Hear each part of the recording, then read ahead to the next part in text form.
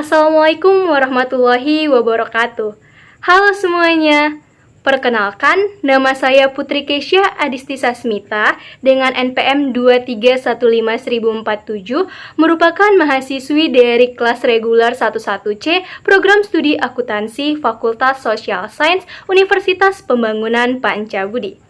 Baiklah teman-teman, dengan adanya video pembelajaran kali ini yang membahas mengenai implementasi data statistik pada bidang pendidikan guna untuk memenuhi tugas mata kuliah statistik deskriptif dan inferensial dengan dosen pengampu Bapak Mustafa SPD MPD. Baiklah teman-teman, di sini kita akan membahas mengenai implementasi data statistik pada bidang pendidikan. Nah, sebelum kita masuk kepada materi kita pada kali ini, teman-teman pada mengetahui nggak sih apa itu data statistik?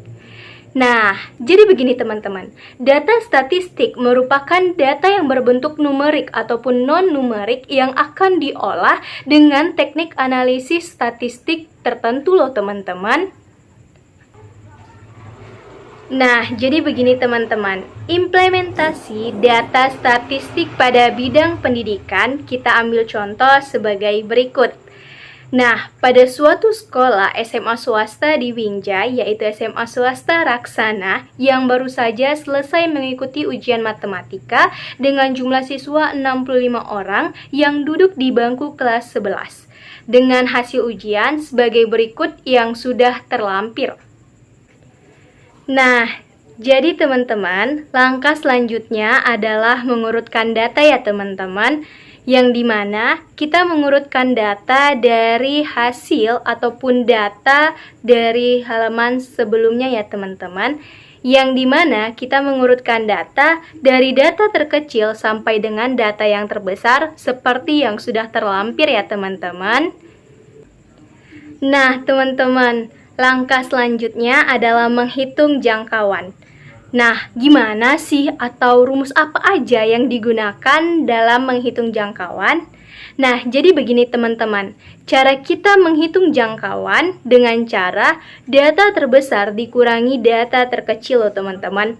Di mana pada persebaran data di halaman sebelumnya sudah terlampir bahwasanya data terbesar yang diperoleh dengan angka 94 dan data terkecil yang diperoleh dengan angka 25. Sehingga memperoleh jangkauan sama dengan 94 dikurangi 25 dengan hasil 69 ya teman-teman. Nah, selanjutnya teman-teman itu adalah menghitung jumlah kelas. Rumus apa sih yang digunakan dalam menghitung ataupun mencari jumlah kelas? Nah, jadi begini teman-teman. Cara ataupun rumus yang digunakan dalam menghitung jumlah kelas adalah 1 ditambah 3,3 log N. N di mana yang dimaksud adalah jumlah keseluruhan data. Sehingga memperoleh 1 ditambah 3,3 log 65. Log 65 di mana di sini menghasilkan 1,8. Sehingga 1 ditambah 3,3 dikali 1,8. 3,3 dikali 1,8 memperoleh hasil 5,94. Sehingga 1 ditambah 5,94 adalah 6,94. Lalu karena 9 maka kita bulatkan ke atas. Sehingga jumlah kelasnya adalah 7 ya teman-teman. Nah, jadi teman-teman, langkah selanjutnya adalah menghitung panjang kelas. Nah, jadi rumus apa sih yang digunakan dalam menghitung panjang kelas? Nah, jadi begini teman-teman. Rumus yang digunakan dalam menghitung panjang kelas adalah P sama dengan jangkauan atau J dibagi dengan kelas atau K. Seperti yang sudah kita dapatkan bahwasanya jangkauan pada data kali ini adalah 69 dan kelasnya adalah 7. Sehingga 69 dibagi 7 yang memperoleh hasil 9,8 yang akan kita genapkan ke angka selanjutnya yaitu adalah 10 loh teman-teman. Nah, jadi begini teman-teman, langkah atau step selanjutnya adalah menghitung batas panjang interval kelas. Lalu rumus apa sih yang digunakan pada langkah atau step kali ini? Nah, jadi begini teman-teman. Pada langkah atau step kali ini, kita menggunakan rumus sebagai berikut. Batas bawah ditambahi P kurang 1. Seperti data yang sudah kita peroleh, batas bawahnya dimulai dengan 25.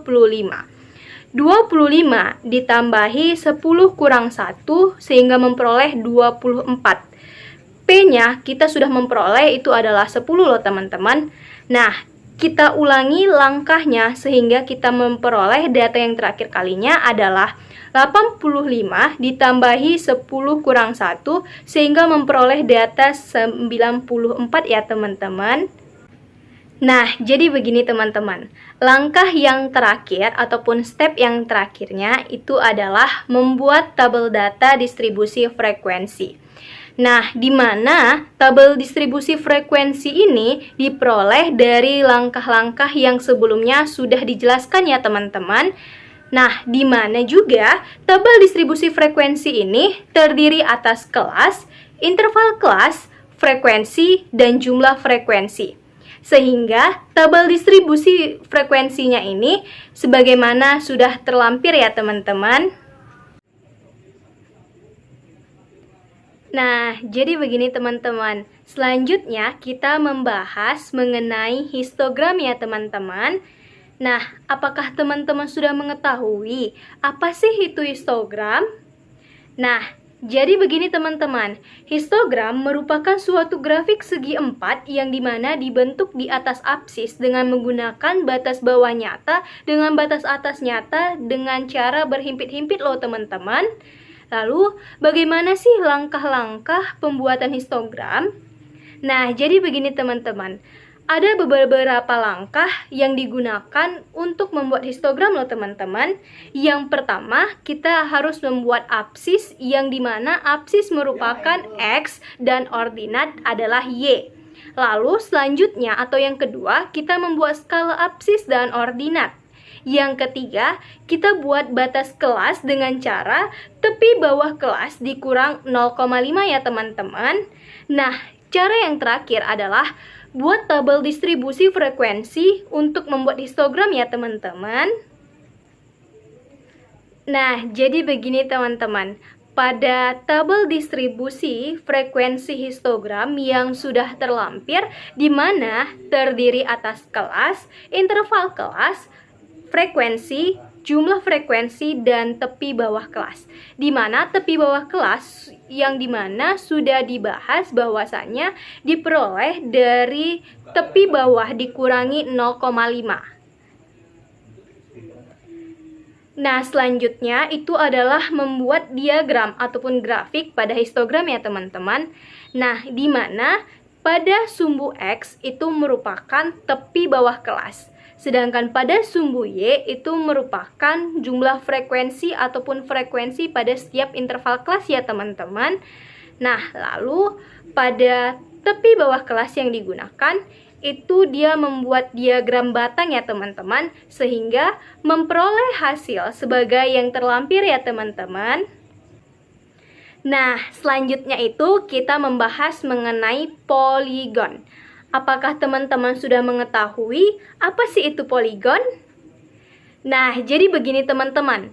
Poligon merupakan grafik garis yang menghubungkan nilai tengah dari setiap interval kelas loh teman-teman. Nah, bagaimana sih langkah-langkah dalam pembuatan poligon?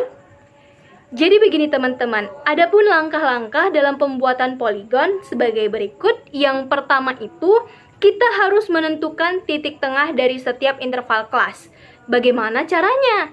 Nah, cara dalam menentukan titik tengah dari setiap interval kelas itu dengan cara menjumlahkan batas bawah ditambahi batas atas lalu dibagi 2. Nah, selanjutnya itu langkah kedua, kita itu membuat titik apsis yang dimana berisi nilai tengah, sedangkan ordinat yang berisi frekuensi. Lalu, langkah yang ketiga itu adalah menghubungkan titik-titik tersebut dengan kurva ataupun garis mulus loh teman-teman. Nah, lalu sesuai dengan tabel distribusi frekuensi poligon yang sudah terlampir, di mana tabel tersebut terdiri atas kelas, interval kelas, frekuensi, jumlah frekuensi, dan titik tengah dari setiap interval kelas ya teman-teman.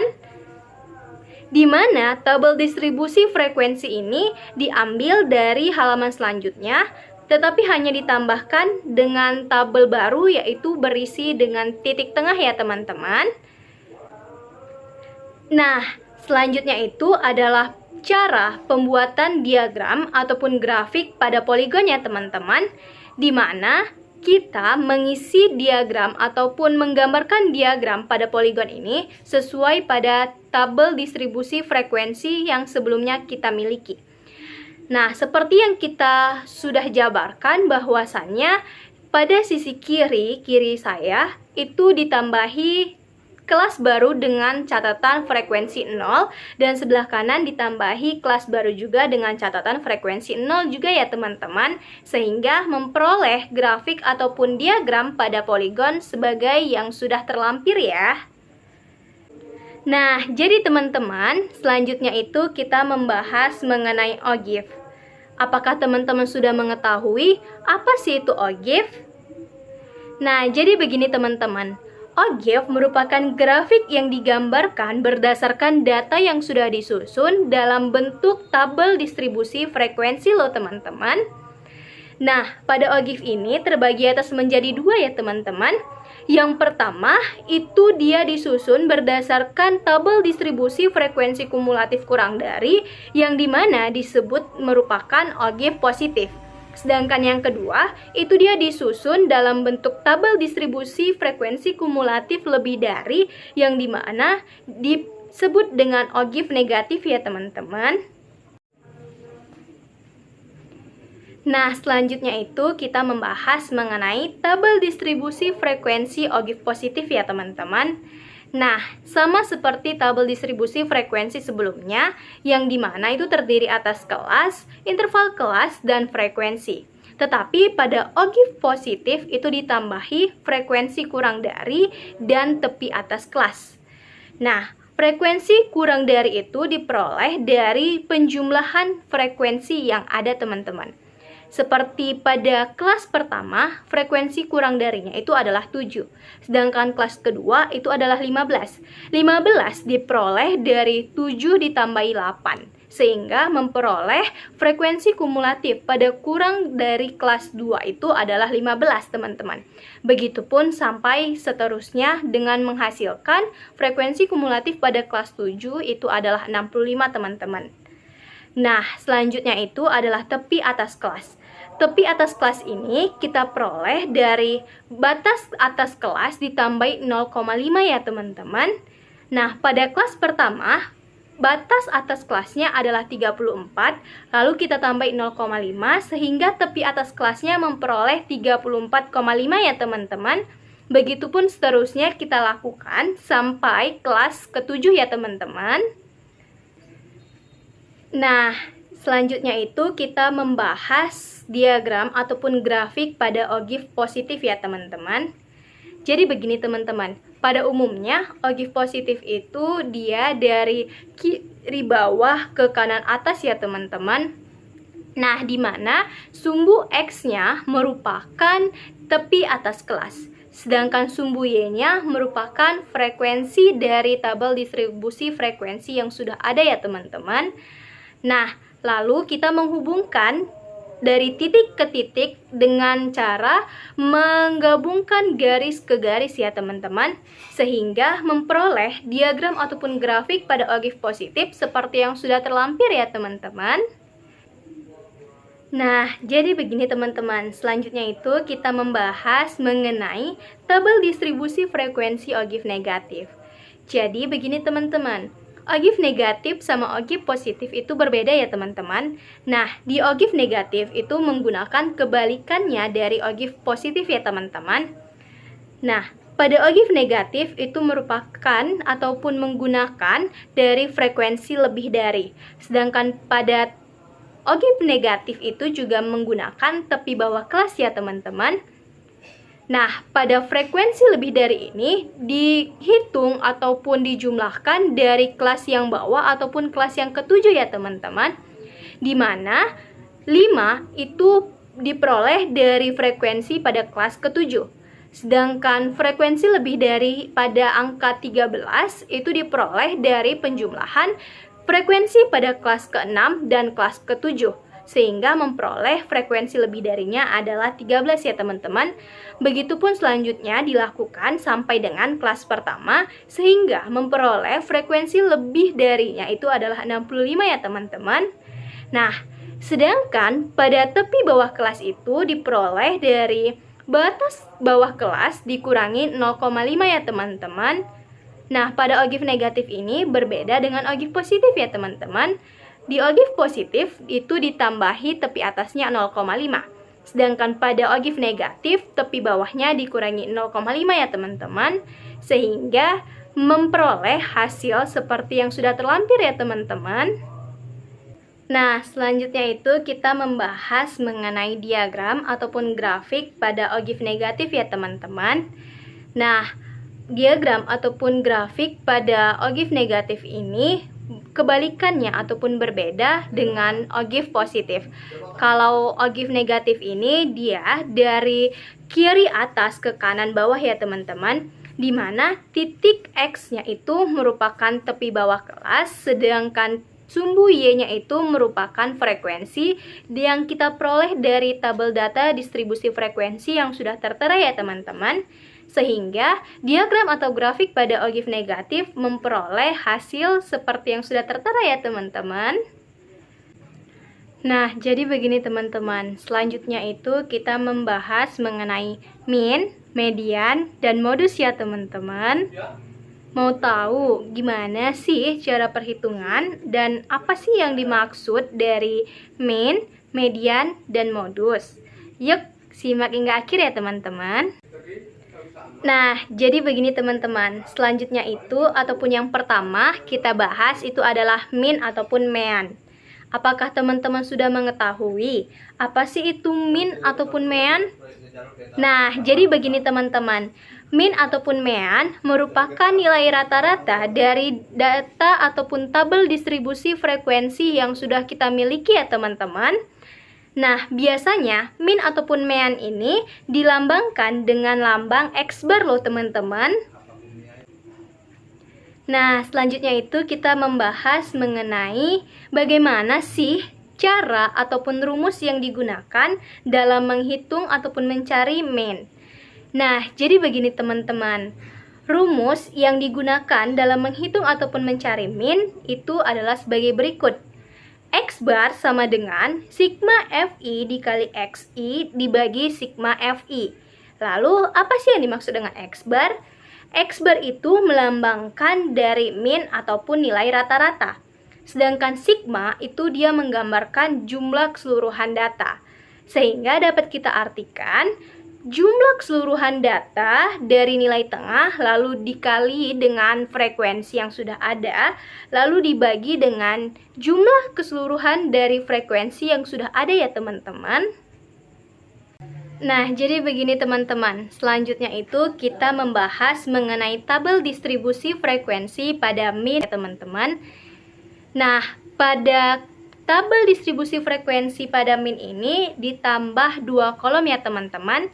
2 kolom yang berisi keterangan Xi yang berarti nilai tengah, dan yang kedua itu kolom yang baru dengan keterangan Xi dikali Fi yang artinya nilai tengah dikali dengan frekuensi yang tersedia loh teman-teman.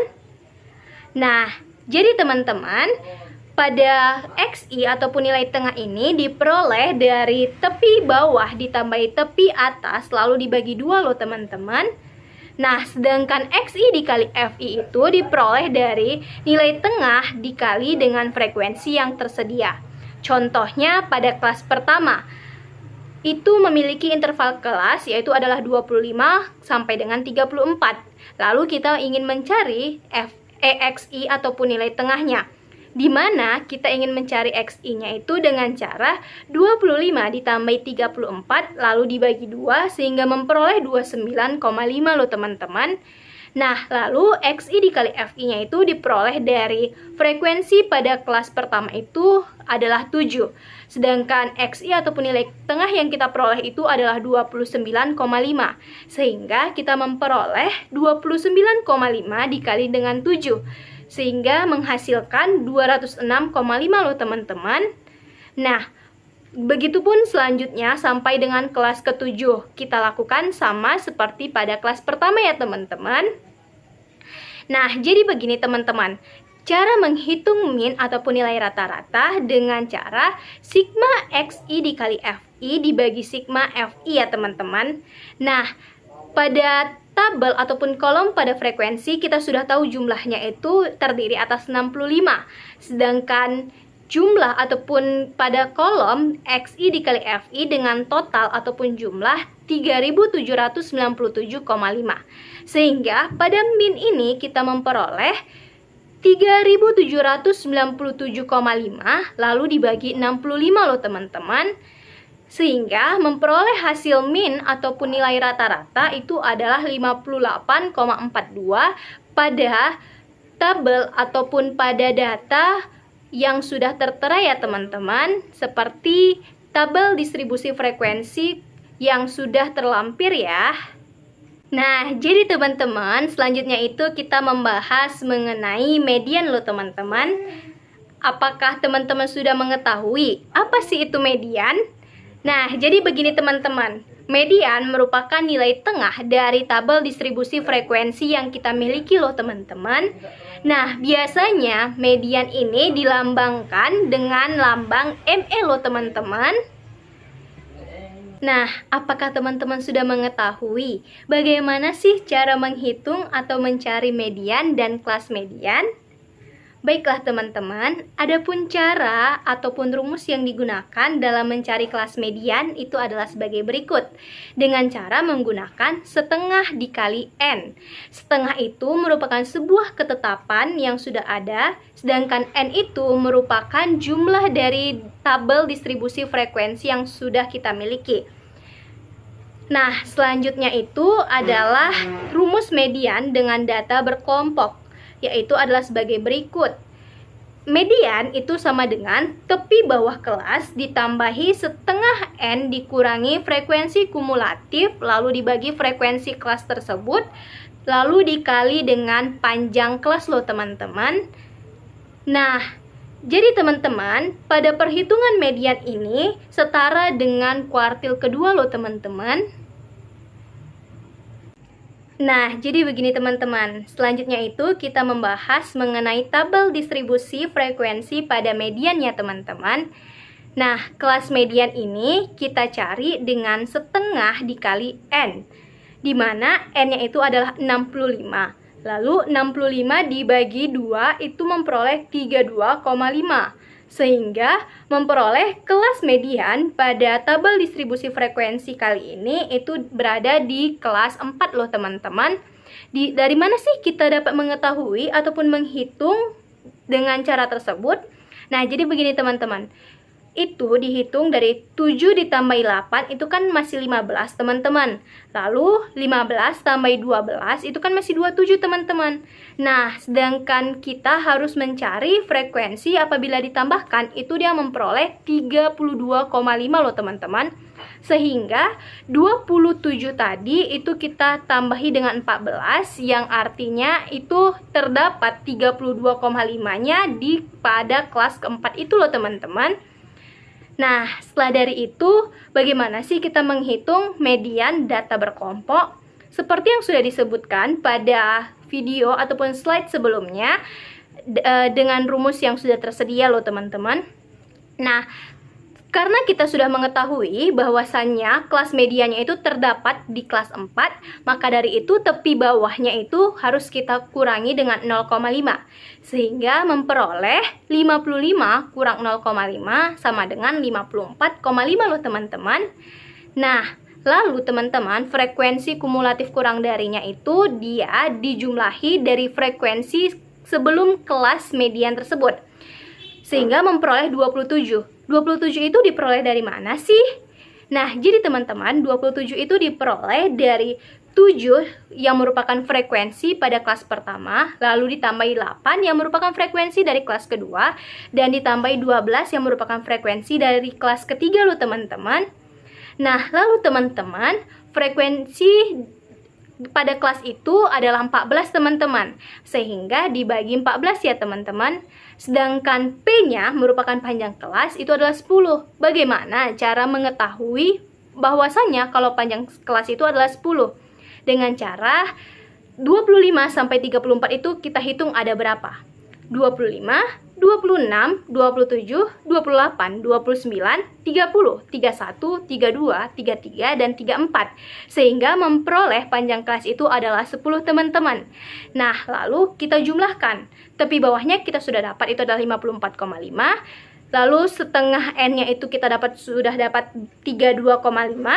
Frekuensi kumulatif kurang darinya itu kita sudah dapat 27. Lalu frekuensi kelas ME-nya itu kita sudah dapat 14. Panjang kelasnya kita sudah dapat 10. Sehingga 54,5 ditambah buka kurung 32,5 dikurang 27, tutup kurung dibagi 14 lalu dikali 10. Sehingga memperoleh nilai median pada tabel distribusi frekuensi kali ini yang membahas pada bidang pendidikan memperoleh nilai 58,43 ya teman-teman. Nah, selanjutnya itu kita membahas mengenai modus. Apakah teman-teman sudah mengetahui apa sih itu modus? Nah, jadi begini teman-teman. Modus merupakan nilai yang paling banyak muncul pada tabel distribusi frekuensi yang sudah kita miliki loh teman-teman. Pada umumnya, modus itu dilambangkan dengan MO loh teman-teman. Nah, bagaimana sih cara menghitung kelas modus? Nah, pada kali ini, pada kelas modus itu tidak usah dihitung menggunakan rumus, melainkan kita hanya mencari frekuensi mana sih yang paling banyak di antara kelas-kelas yang ada, gitu teman-teman. Nah, sedangkan cara mencari modusnya itu dengan cara tepi bawah ditambahi D1 dibagi D1 tambah D2 lalu dikali P. TB itu adalah tepi bawah, sedangkan D1 itu merupakan selisih dari kelas sebelumnya, sedangkan D2 itu merupakan selisih dari kelas yang ada loh teman-teman. Nah, lalu P itu merupakan panjang kelasnya loh teman-teman. Nah, seperti yang kita ambil contoh pada bidang pendidikan yang membahas mengenai nilai ujian matematika, di mana sudah tertera tabel distribusi frekuensinya. Lalu kita ingin mencari di mana sih kelas MO ini. Nah, seperti yang sudah disebutkan pada slide sebelumnya, kelas MO itu dicari dengan kita mencari mana sih frekuensi yang paling banyak. Nah, seperti yang di tabel yang sudah terlampir, bahwasanya frekuensi yang paling banyak itu adalah 14, yang dimana terletak di kelas keempat loh teman-teman. Nah, lalu kita masuk ke hitungan ataupun rumus pada modus loh teman-teman.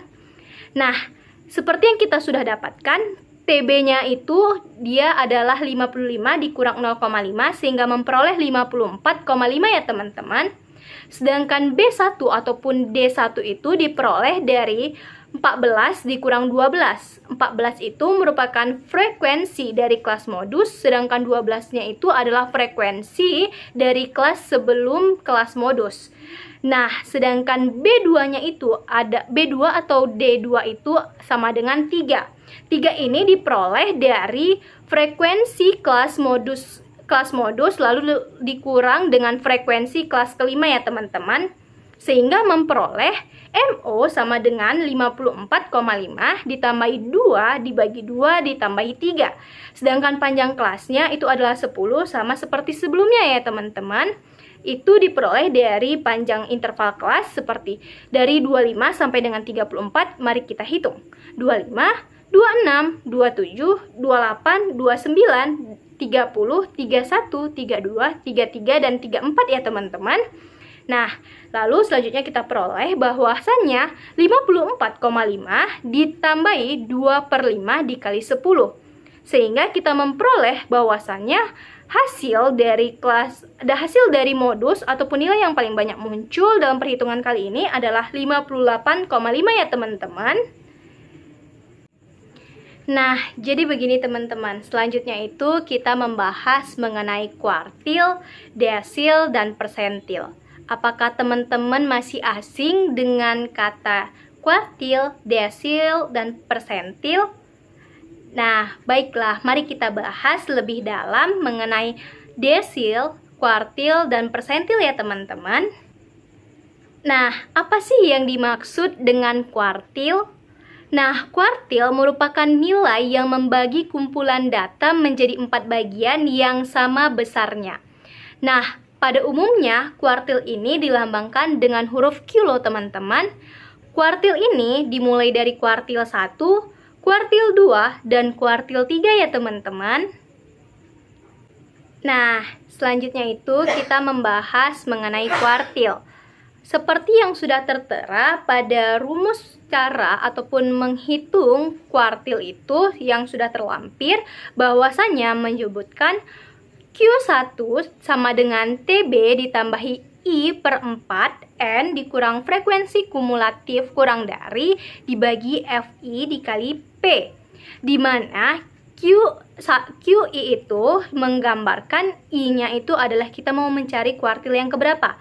Apakah kuartil yang pertama, kuartil yang kedua, atau kuartil yang ketiga. Nah, itu dapat disesuaikan sesuai keinginan kita saja loh teman-teman. Sama seperti halnya I per 4N. I-nya itu dapat disesuaikan oleh keinginan kita sendiri. Apakah kita mau mencari kuartil pertama, maka kita buat 1 per 4. Kalau kita mau mencari kuartil kedua, kita dapat peroleh 2 per 4. Lalu kalau kita ingin mencari kuartil yang ketiga, itu dapat kita peroleh 3 per 4 ya teman-teman. Sedangkan N-nya merupakan jumlah data dari frekuensi yang kita peroleh dari tabel distribusi frekuensi yang sudah ada. Sedangkan frekuensi kumulatif itu merupakan frekuensi yang ada pada sebelum kelas kuartil.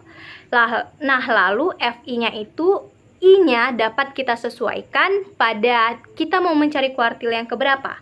Sedangkan P-nya itu merupakan panjang kelas. Begitu teman-teman. Sedangkan kita ingin mencari kelas kuartil itu dapat kita cari dengan I per 4N. Kalau kita mau mencari kelas kuartil pertama, maka 1/4N. Kalau kita mau mencari kelas kuartil kedua, maka 2/4N. Sedangkan kelas kuartil ketiga, 3/4N ya teman-teman. Nah, masuk ke contoh pada tabel distribusi frekuensi pada kuartil yang ketiga ya teman-teman. Nah, di mana data ini kita peroleh dari bidang pendidikan dari nilai matematika di SMA swasta Raksana ya teman-teman. Nah, seperti yang sudah tertera, kita ingin mencari kuartil ketiga. Maka dari itu, kita ingin mencari kelas kuartil ketiga itu letaknya di mana sih gitu kan. Nah, sehingga kita menggunakan rumus I per 4N. I-nya itu kita ganti 3 sehingga kita memperoleh 3/4N. Nah, itu dapat disesuaikan kita ingin mencari kuartil pertama, kedua, atau ketiga. Sehingga 3/4N itu sama dengan 3/4 dikali 65. N-nya itu merupakan jumlah keseluruhan dari frekuensi. Sehingga kita memperoleh adalah 48,75 ya teman-teman. Nah, lalu kita memasuki ke rumus cara menghitung kuartil ketiga. Nah, yaitu adalah tepi bawah ditambah I per 4N dikurang frekuensi kumulatif per FI dikali P. Nah, seperti yang sudah kita ketahui bahwasannya Q3-nya itu terletak pada kelas kelima. Kan tadi kita sudah dapat kalau kelas Q3 itu adalah 48,75. Nah, cara kita mengetahui bahwasannya kelas Q3 itu terletak pada kelas kelima itu dapat diperoleh dari 7 tambah 8. Sedangkan 7 tambah 8 itu kan masih 15, teman-teman. Nah, itu kan belum mencukupi 48,75. Nah, lalu kita tambahin lagi. 15 tambah 12 itu 27. Masih belum mencukupi juga. Nah, lalu 27 ditambah 14 itu adalah 41. Nah, hampir mendekati. Lalu kita tambahi 11, di mana itu memperoleh 52. Nah, 52 itu pada kelas kelima itu terdiri dari 48,75 ya teman-teman. Sehingga kelas Q3-nya terletak pada kelas kelima. Nah, lalu tepi bawahnya itu adalah 65, lalu kita kurang dengan 0,5. sehingga kita memperoleh 64,5. Nah, lalu 3/4N-nya itu dari 3 dikali 65 bagi 4, lalu frekuensi kumulatif kurang dari. Nah, kan itu kan pada kelas 1 sampai kelas 4 frekuensinya kita jumlahi, sehingga kita memperoleh frekuensinya itu adalah 41 ya teman-teman. Nah, lalu kita bagi dengan frekuensi pada kelas kuartil tersebut.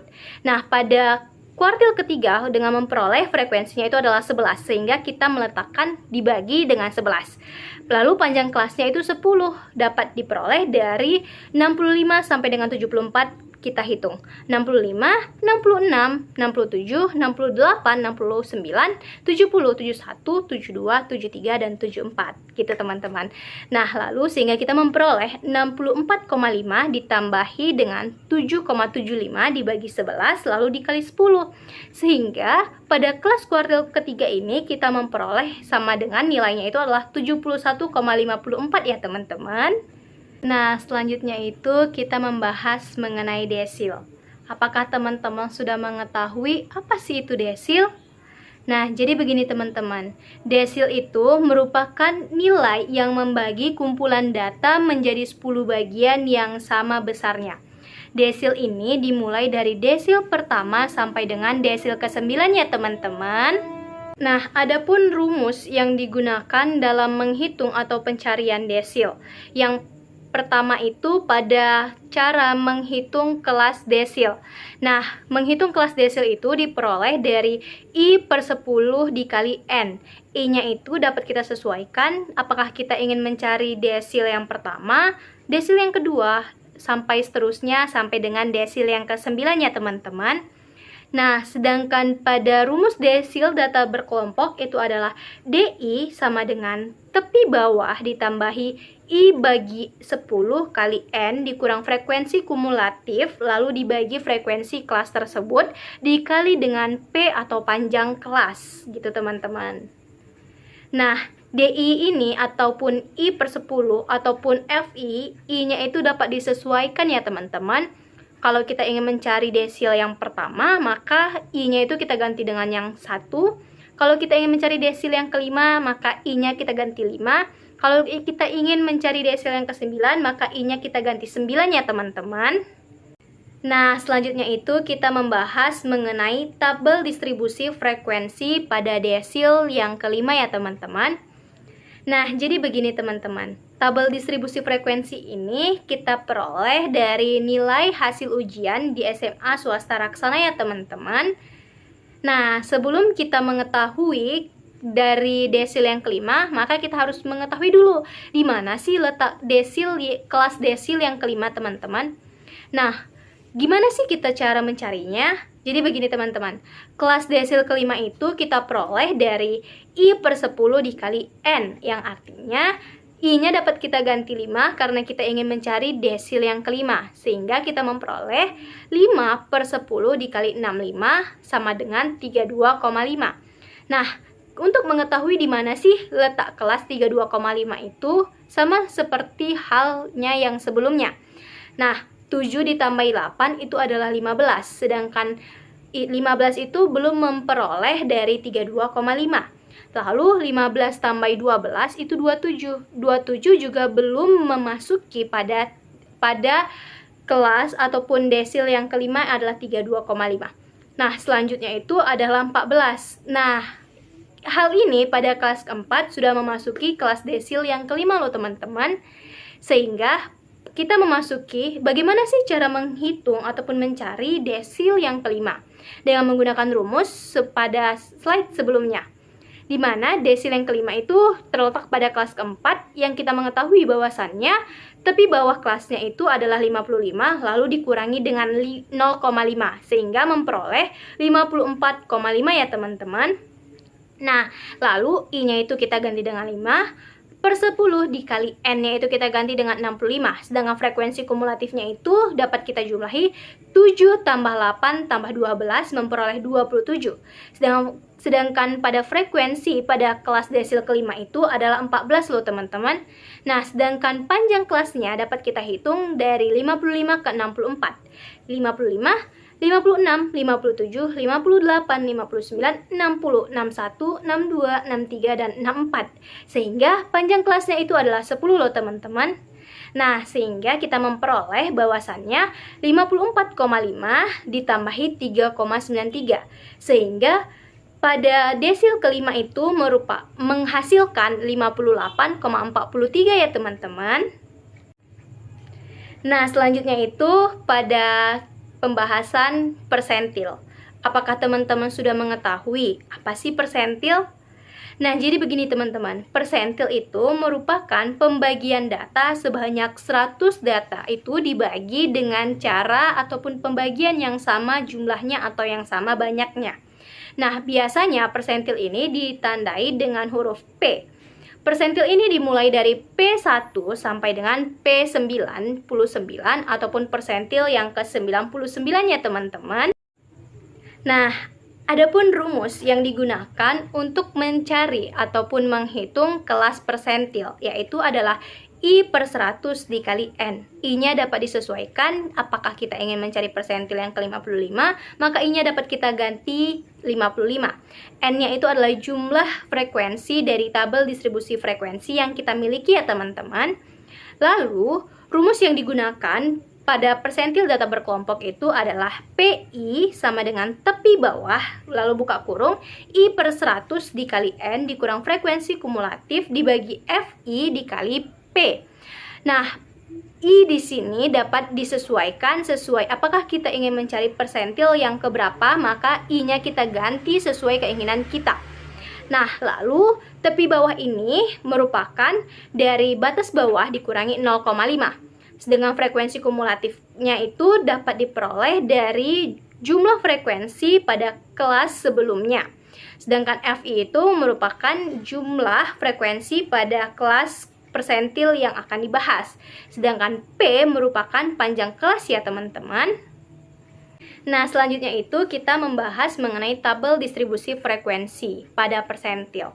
Nah, seperti tabel distribusi frekuensi yang sudah terlampir itu diperoleh dari bidang pendidikan, yaitu adalah nilai-nilai dari hasil ujian matematika di SMA swasta Raksana ya teman-teman.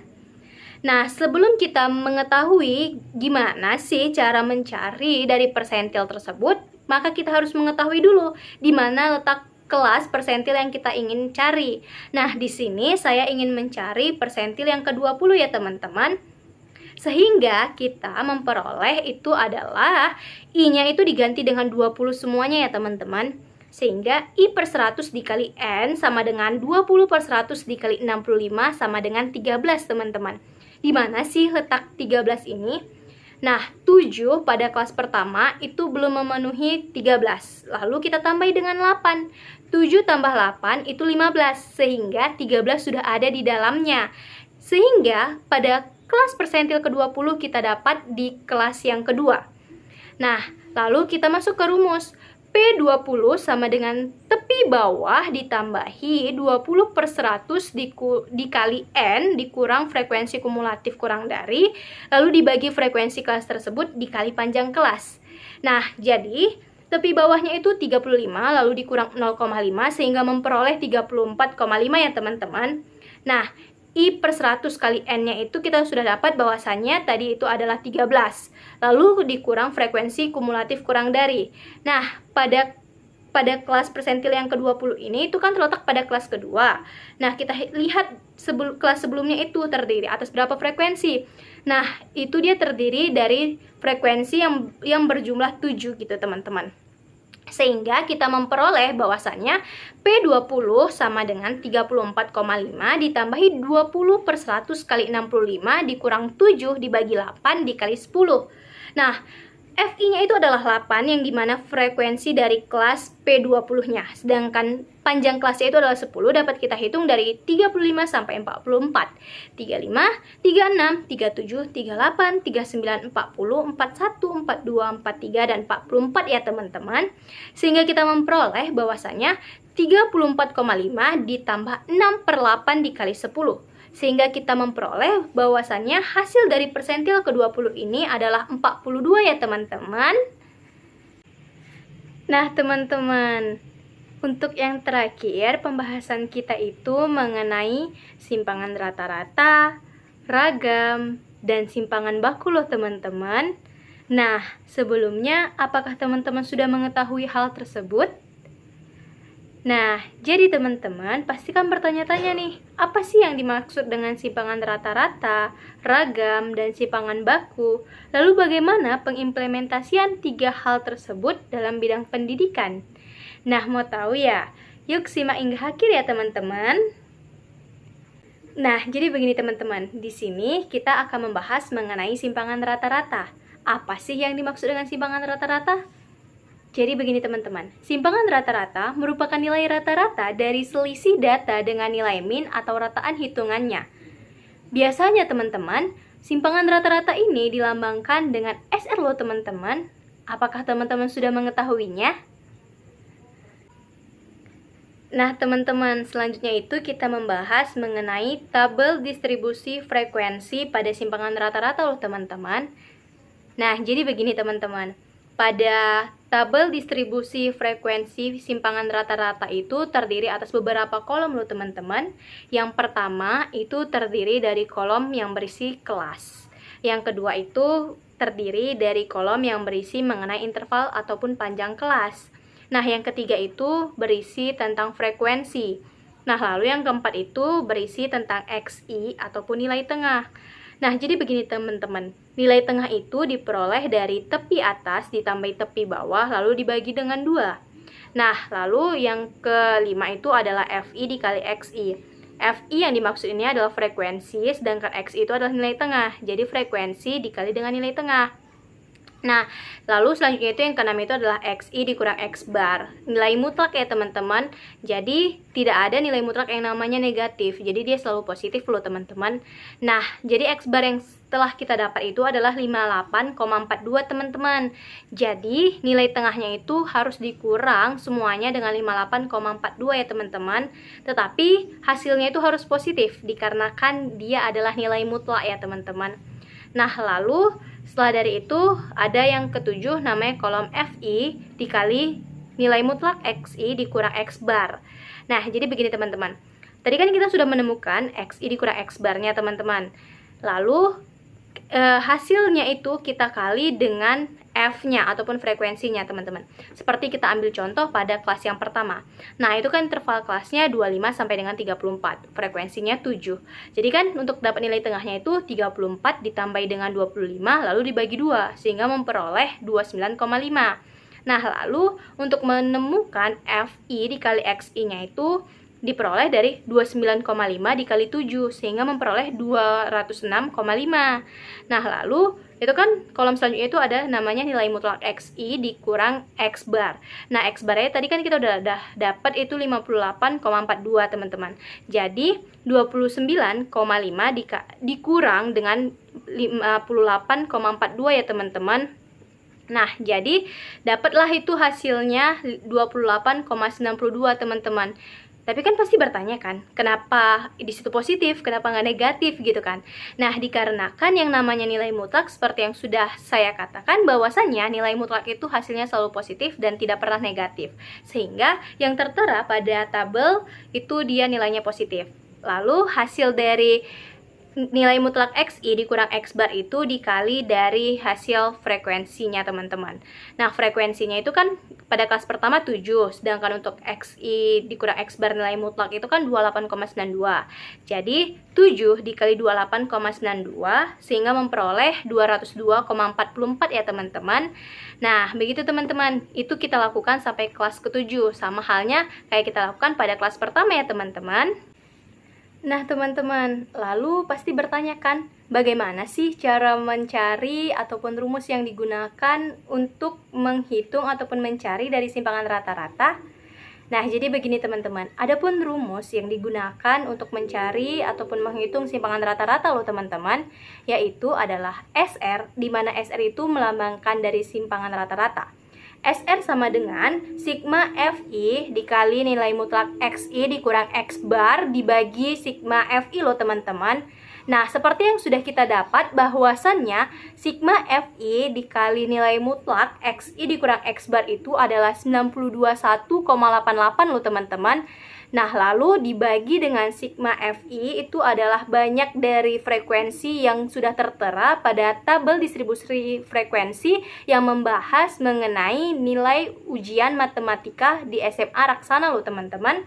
Nah, sehingga SR sama dengan 921,88 dibagi dengan 65, sehingga memperoleh 14,183 ya teman-teman. Itu untuk bagian simpangan rata-rata ataupun SR ya. Nah, yang selanjutnya itu kita membahas mengenai ragam loh teman-teman. Apakah teman-teman sudah mengetahui apa sih itu ragam? Nah, jadi begini teman-teman, ragam merupakan ukuran yang dimana menyatakan penyebaran nilai-nilai ataupun data terhadap rata-ratanya loh teman-teman. Pada umumnya, ragam ataupun varians ini dilambangkan dengan S kuadrat loh teman-teman. Nah teman-teman, pada tabel distribusi frekuensi pada ragam itu dia hampir sama dengan tabel distribusi frekuensi pada simpangan rata-rata teman-teman. Tapi yang membedakan pada ragam itu dia ditambah 2 kolom lagi loh teman-teman. Nah, begitu teman-teman. Jadi pada tabel distribusi frekuensi pada ragam itu dia terdiri atas beberapa kolom. Yang pertama itu dia ada kelas, sama halnya seperti simpangan rata-rata. Lalu ada interval kelas, ada frekuensi, ada XI atau nilai tengah, lalu ada FI dikali dengan XI, lalu ada nilai mutlak XI dikurang X bar, lalu ada FI dikali nilai mutlak XI dikurang X bar. Nah, pada ragam itu dia ada 2 tambahan, yaitu adalah XI dikurang X bar pangkat 2 ataupun kuadrat. Lalu yang selanjutnya adalah FI dikali XI dikurang X bar kuadrat atau pangkat 2 loh teman-teman. Nah, seperti yang sudah kita ketahui bahwasanya XI dikurang X bar itu sudah kita dapatkan pada tabel distribusi frekuensi pada simpangan rata-rata. Nah, sedangkan pada ragam itu kita hanya mengkuadratkan saja loh teman-teman. Nah, sama halnya seperti FI dikali XI dikurang X bar loh teman-teman. Nah, pada simpangan rata-rata kita sudah menemui ataupun mencari ataupun menjumlahkan dari FI dikali XI dikurang X bar. Tetapi pada ragam kita hanya tinggal mengkuadratkan dari hasil FI dikali XI dikurang X bar nilai mutlak ya teman-teman. Nah, jadi begitu teman-teman. Contohnya kayak pada kelas pertama. Nah, itu kan ada XI dikurang X bar kuadrat teman-teman. Nah, kan pada simpangan rata-rata itu dia sudah menemukan XI dikurang X bar loh teman-teman. Nah, di mana pada kelas pertama XI dikurang X barnya itu adalah 28,92. Nah, lalu pada tabel di ragam itu kita tinggal mengkuadratkan sehingga 28,92 dikuadratkan sehingga mendapatkan atau memperoleh hasil 836,34. Nah, sama halnya seperti FI dikali nilai mutlak XI dikurang X bar kuadrat. Nah, pada FI dikali dengan nilai XI kurang X bar itu, dia kan sudah menemukan. Itu dia pada tabel distribusi frekuensi pada simpangan rata-rata. Itu dia memperoleh 202,44 untuk kelas pertama. Nah, lalu pada ragam kita tinggal mengkuadratkan ataupun mengkali dengan angka yang sama sehingga memperoleh 202,44 dikali 202,44 sama dengan 40.981,95 loh teman-teman. Nah, begitu juga kita lakukan hingga sampai dengan kelas ke-7 ya teman-teman. Halnya sama seperti kita lakukan pada kelas sebelumnya. Itu kita lakukan untuk kelas kedua 3, 4, 5, 6, 7. Itu sama kita lakukan kayak pada kelas pertama ya teman-teman. Nah, selanjutnya itu kita membahas mengenai bagaimana sih cara mencari ragam ya teman-teman. Nah, ragam atau varians dapat dicari dengan menggunakan rumus yang sudah ada loh teman-teman. Lalu pasti kalian bertanya, rumus apa sih yang digunakan? Gitu kan teman-teman. Nah, jadi rumus yang digunakan pada ragam atau varians ini itu sebagai berikut. Yang dimana X kuadrat sama dengan sigma buka kurung XI dikurang X bar pangkat 2 ataupun kuadrat loh teman-teman. Lalu dibagi dengan N teman-teman. Nah, di mana sudah kita temui pada tabel distribusi frekuensi yang sudah ada bahwasannya XI dikurang X bar kuadrat itu dia adalah 143,21,31 loh teman-teman untuk jumlah keseluruhannya. Nah, sedangkan N itu merupakan jumlah dari frekuensi yang tertera pada tabel distribusi frekuensi loh teman-teman.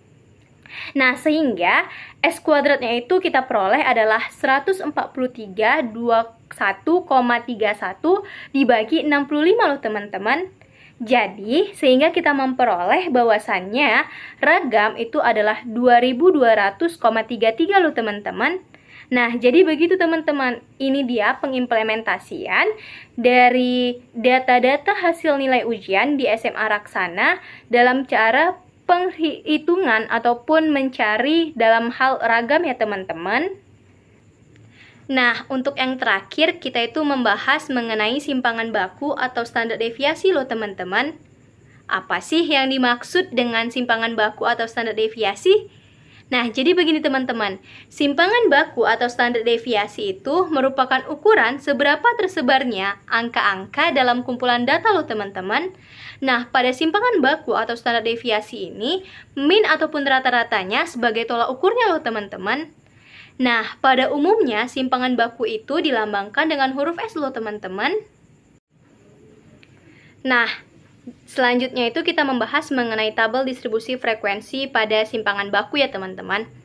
Nah, sebelumnya tabel distribusi frekuensi pada simpangan baku ini sama seperti tabel distribusi frekuensi pada ragam loh teman-teman, yang dimana terdiri atas kelas, interval kelas, frekuensi, nilai tengah, frekuensi kali nilai tengah, nilai mutlak XI dikurang X bar, FI kali nilai mutlak XI kurang X bar, lalu XI dikurang X bar kuadrat, dan yang terakhir adalah FI dikali XI dikurang X bar kuadrat loh teman-teman. Nah, isinya juga sama seperti tabel distribusi frekuensi pada ragam ataupun varian ya teman-teman. Hal untuk mencari tabel distribusi frekuensi pada simpangan baku itu juga sama seperti cara mencari tabel distribusi frekuensi pada ragam ataupun variansi ya teman-teman. Nah teman-teman, selanjutnya itu kita membahas mengenai rumus yang digunakan untuk mencari simpangan baku loh teman-teman. Pastikan teman-teman bertanya nih, bagaimana sih cara mencari simpangan baku gitu kan teman-teman. Nah, rumus yang digunakan pada simpangan baku itu adalah S sama dengan akar sigma FI dikali XI dikurang X bar kuadrat per N. Nah, hal ini sama umumnya kayak ragam, yang dimana sigma FI dikali XI dikurang X bar kuadrat per N itu merupakan cara mencari ragam. Sehingga dapat kita simpulkan bahwasannya rumus yang digunakan untuk mencari simpangan baku itu adalah S sama dengan akar S kuadrat loh teman-teman. Nah, lalu bagaimana sih cara menghitung simpangan baku? Nah, jadi begini teman-teman. Seperti yang sudah kita ketahui bahwasannya sigma FI dikali XI dikurang X bar kuadrat itu adalah 143,021,31 loh teman-teman. Sedangkan untuk N-nya ataupun jumlah dari frekuensinya itu adalah 65 loh teman-teman. Sehingga kita memperoleh sesuai dengan rumus yang digunakan adalah S sama dengan akar 143,021,31 per 65 sama dengan akar 2200,33 sama dengan 46,91 loh teman-teman. Seperti yang saya ketahui bahwasannya dapat dengan praktis kita cari itu adalah S sama dengan akar S kuadrat. Nah, untuk S kuadrat itu kan merupakan lambang dari ragam. Jadi, kita hanya mengakarkan saja dari jumlah ragam ataupun varians yang sudah kita dapat. Nah, tadi kan kita sudah dapat tuh, kalau misalnya ragam atau variansnya adalah 2200,33. Nah, pada simpangan baku itu kita tinggal menambahkan akarnya saja loh teman-teman. Nah, jadi akar 2200,33 itu sama dengan 46,91 loh teman-teman. Nah, jadi begitu aja lah teman-teman pembahasan dari saya, Putri Keisha Adisti Sasmita, mengenai persentil, kuartil, desil, min, median, modus, simpangan rata-rata, simpangan baku, ragam, histogram, poligon, ogiv negatif, dan ogiv positif loh teman-teman. Apabila ada salah kata, saya mohon maaf. Apabila ada kekeliruan juga, saya mohon maaf ya teman-teman. Dan apabila ada yang kurang jelas, bisa tanyakan di kolom komentar ya teman-teman. Jangan lupa untuk di-like dan di-share ya teman-teman. Semoga bermanfaat. Saya, Putri Keisha Adisti Sasmita, dengan NPM 2315047, merupakan mahasiswi dari kelas reguler 11C, Program Studi Akuntansi Fakultas Social Science Universitas Pembangunan Pancabudi. Izin pamit undur diri. Baiklah teman-teman, saya di sini mengucapkan terima kasih telah menonton dan sampai jumpa lagi. Semoga bermanfaat ya teman-teman. Wabillahi taufiq wal hidayah. Wassalamualaikum warahmatullahi wabarakatuh. Sampai jumpa.